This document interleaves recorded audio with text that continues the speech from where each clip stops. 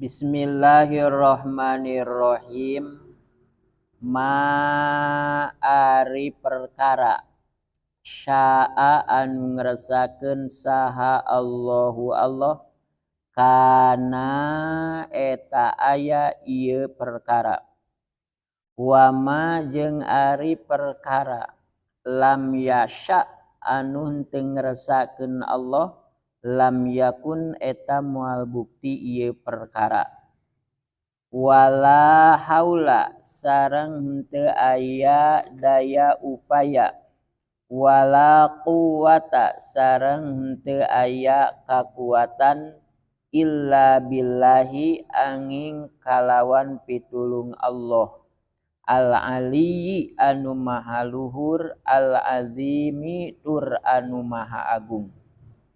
Mausupun Allah teh eta anu kasipatan bikulli kamalin ku saban-saban sifat kasampurnaan. Munazzahun anu dibersihkeun ang kulli naqsin tina saban-saban sifat kakurangan. Laisa henteu aya kamislihi anu sami sareng Allah naon syai'un hiji perkara. Wa huwa sareng ari Allah as-sami'u eta anu ngadangu al-basyiru anu ningali. Wa huwa sareng ari Allah al-qadimu eta anu langgeng. Wa ma sareng ari perkara siwahu anu salianti Allah hadisun eta anu anyar. Wa huwa sareng ari Allah Ta'ala al-khaliqu eta anu ngadamel. Wa ma sareng ari perkara siwahu anu salianti Allah makhlukun eta makhluk atanapi eta anu didamel. Wa kalamuhu sareng ari dawuhan Allah qadimun eta anu qadim nu heubeul. Kasa iri sifatihi secara sakari-karina pirang-pirang sifat Allah. Li'annahu karena sanyana Allah subhanahu maha suci Allah wa ta'ala sareng maha luhur Allah. Mubayyinun eta anu ngabedaan lisairil makhluqati ka sakira-kirana pirang-pirang makhluk kabeh. Bidzati dina pirang-pirang datna wal af'ali jeung dina pirang-pirang padamelanana wasyifati jeung dina pirang-pirang sifatna. Subhanahu maha suci Allah wa ta'ala sareng maha agung Allah. Amma ari mustahil yaqulu nu geus ngucap saha adzalimuna jalma-jalma anu darolim uluwang kalawan maha luhur kabiron tur maha agung. Salajengna ieu masih kene netelakeun kalimah asyhadu alla ilaha illallah sasahadat teula kitu nya. Saur kamari dina isina asyhadu alla ilaha illallah teh nyaeta anta lama wa ta'taqida wa tu'mina wa tusaddiqa.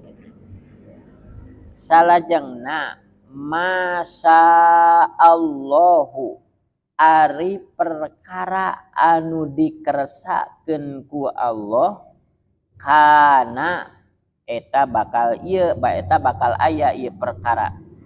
Artosna ma teh upami saur santri ma teh kalimah isim mausul tuduh kana umum. Ma teh dieusian naon teh? Ma teh baka jalmi mangga ma malaikat ma jin ma sato ma tatangkalan. Jadi kalimah ma teh kalimah isim mausul anu tuduh kana umum. Naon we isi nama ma kitu nya. Ma hayam atau napi ma domba gitu tiasa gitu nya. ma hayam saa geus ngerasakeun saha Allah Gusti Allah kana bakal bukti ieu hayam gitu nya. Ma domba ma ari domba saa anu geus ngerasakeun saha Allah Gusti Allah kana bakal aya ieu domba gitu nya. Janten kahatos isim mausul duduk kana umum sauri ilmu alat gitu. Jadi setiap tiap perkara anu dikeresakeun ku Allah diayakeun pasti bakal aya gitunya.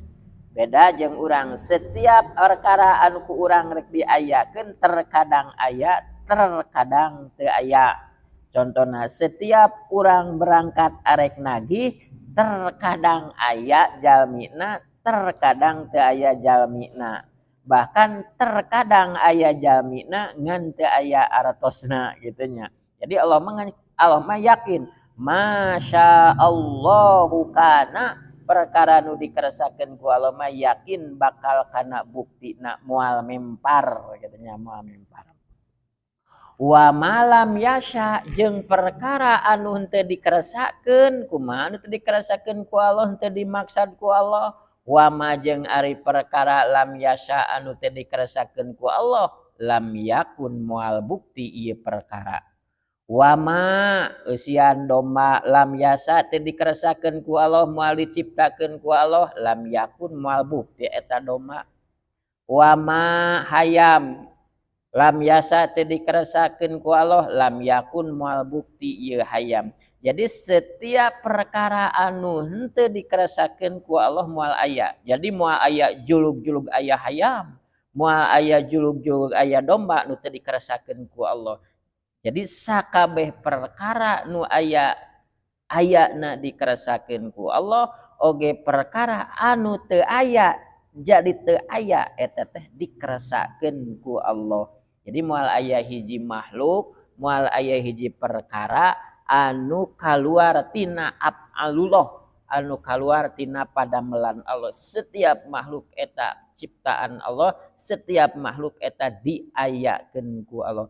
Ah ieu mah cenah teu diayakeun ku Allah moal tiasa. Ah ieu mah suung, samakan suung teu diayakeun ku Allah moal tiasa eta suung teh diayakeun ku Allah kitu nya, diayakeun ku Allah. Wala haula sareng teu aya daya upaya wala quwata sareng teu aya kakuatan illa billahi angin kalayan pitulung Allah al ali anu maha luhur al azimi anu maha agung. Maka kanggo urang sadaya dina sanes kanten urang mah teu daya teu upaya usik ge diusikeun ku Allah. Ngicep oge dikicepkeun ku Allah, ngamekan oge dikeresakeun ku Allah. Estuning sanes kanten anu aya dina diri urang we, nu da aya di urang illa billahi eta teh angin kalawan pitulung Allah al aliyyi anu maha luhur al azimi anu maha agung. Jadi urang ngicep teh eta teh dikeresakeun ku Allah, dikicepkeun ku Allah. Cacak-cacak lamun ku Allah di stop gitunya. Urang teh bisa ngicip terus molotot we gitunya. Urang bisa ngamekan dikeresakeun ku Allah, cacak-cacak upami ku Allah dilirenkeun mangkat terus we urang teh ngaheungeut gitunya teh bisa ngamekan eungap gitunya. Jadi teu aya hiji perkara anu lepas tina takdir kudrat iradat Allah Subhanahu wa taala. Tuh matak urang teh rarasaan teh diantep ku Allah teh, rarasaan teh Allah teh teu malire ka urang teh anu padahal lamun ku urang dibaca, lamun ku urang diemutan, oh geuningan usik teh diusikeun ku Allah, oh geuningan tiasa mapah teh dipapahkeun ku Allah, oh tiasa nyarios teh geuningan kitu nya dikeresakeun ku Allah. Da aya jalma anu teu dikeresakeun teu tiasa nyarios balem we tuluy nu gering mun di rumah sakit kitu nya. Aya jalma anu teu dikeresakeun tiasa mapah ku Allah stroke cicing we kitu nya, calik dina naon ngagoler dina kasur atau pacalik dina kursi eta teh dikeresakeun mapah ku Allah. Dalamun bener-bener eta mapah lamun ladang urang mah berarti urang teh bakal bisa mapah gitunya. Kulantaran mapahna dikeresakeun ku Allah, matak teh bisa mapah. Cek Allah kitu, kitu cek Allah hideung, hideung mah bisa ngaganggu gugat urang. Di urang mah la haula wala quwata illa billahil aliyil azim, teu aya daya teu aya kakuatan angin kalayan pituluhan Allah. Usaha hasil eta teh pitulung Allah gitunya. Itunya. Mau supun Allah teh anu kasipatan bikuli kamalin kusaban-saban kasampurnaan. Allah mah kasipatan kusifat sampurna, sampurna Allah mah moal aya anu kurang. Moal anu kurang Allah mah sampurna. Ari urang mah terkadang nyayur we sakapeung terkadang kurang uyah. Sakabeung terkadang kurang sasa, sakapeung terkadang kurang lada, bahkan sakapeung mah lada teuing. Tapi Allah mah sampurna gitunya, gitunya sampurna. Munazzahun dibersihkeun Allah mah angkulli naqsin tina saban-saban kakurangan. Moal aya kakurangan Allah mah gitunya. Urang mah serba kurang wae gitunya. Katutupan nu sakola kurang resiko gitunya di dapur, katutupan di dapur kurang keur bekal sakola budak gitunya. Urang mah serba kakurangan wae gitu. Laisa kamislihi sareng teu aya pantarna Allah naon sayun hiji perkara, oge moal aya hiji perkara anu nyaruaan ka Allah gitunya. Moal aya hiji perkara anu nyaruaan kalau Allah mah laisa naon mukhalafatul hawadisi ngabedaan ka sakabeh anu anyar. Wa huwa sareng ari Allah teh asamiu eta anu ngadangu. Allah mah ngadangu kana cariosan urang ta ieu teh urang teh nuju didangukeun ku Allah. Bahkan lain anu dilambikeun wungkul anu dina jero hate oge Allah mah ngadangu.